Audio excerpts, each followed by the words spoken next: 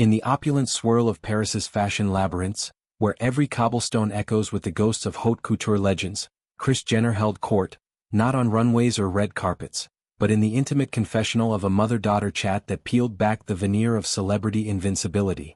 At 70, the matriarch of the Kardashian-Jenner dynasty, often hailed as the momager extraordinaire, dropped a bombshell that blended vulnerability with her signature unapologetic flair. Amid the pre-shopping spree banter with daughter Kim Kardashian, Jenner mused on her latest cosmetic conquest, a $100,000 facelift that had the world buzzing about her aging in reverse.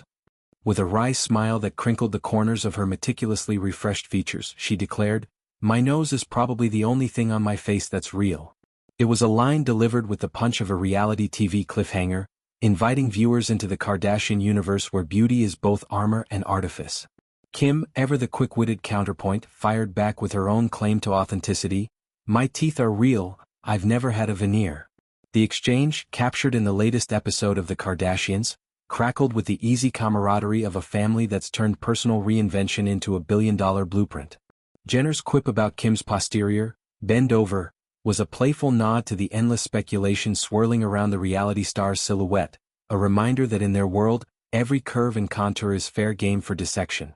Yet beneath the jests lay a deeper narrative, one where Jenner positions herself as the family's fearless pioneer in the quest for self-optimization.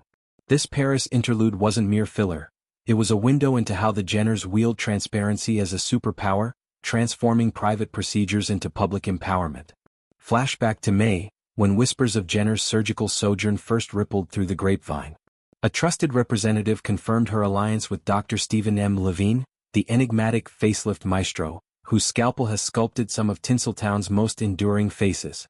Levine's discretion is his hallmark, a rarity in an industry that devours secrets for sport. Jenner, however, thrives on the spotlight she once curated for her brood. In an August interview with Vogue Arabia, she unpacked the motivations behind this refresh, her words a manifesto for the modern mogul. "I had a facelift about 15 years ago, so it was time," she explained, framing the decision not as vanity's excess but as a deliberate act of self-care. "I decided to do this facelift because I want to be the best version of myself, and that makes me happy."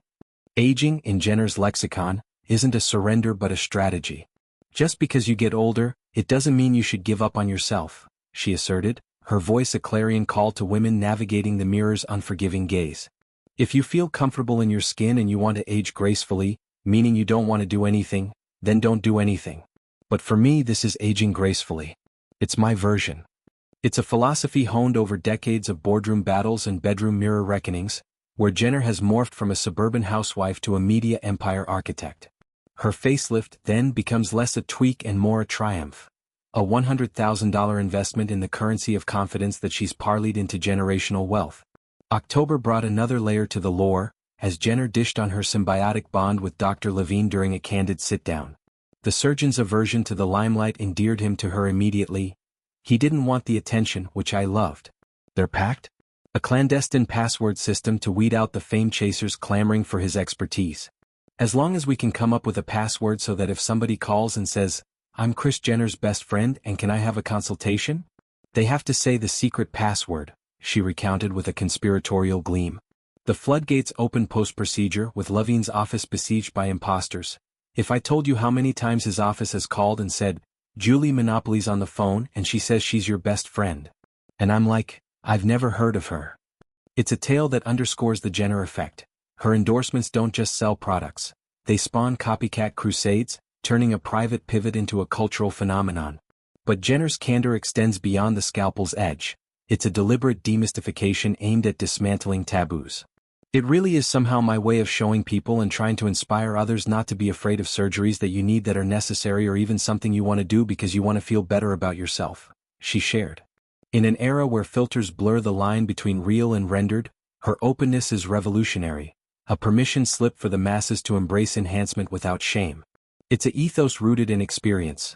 Back in 2011, she underwent her inaugural facelift under the knife of Dr. Garth Fisher, the same savant who later augmented daughter Kylie's assets in 2019.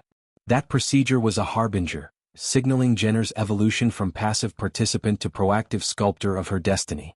Her cosmetic chronicle is a tapestry woven with threads of boldness and necessity.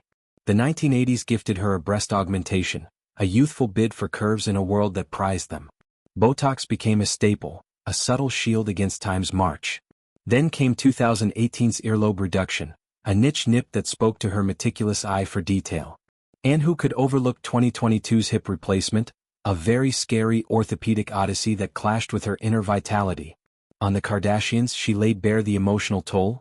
It reminds me of somebody older than I feel on the inside and somebody who is going to have challenges for the rest of her life. This is serious. Post-op, pain lingered like an unwelcome guest, yet she declared, "I'm feeling pretty good," her resilience a family heirloom passed down to daughters who followed her lead in the beauty arena.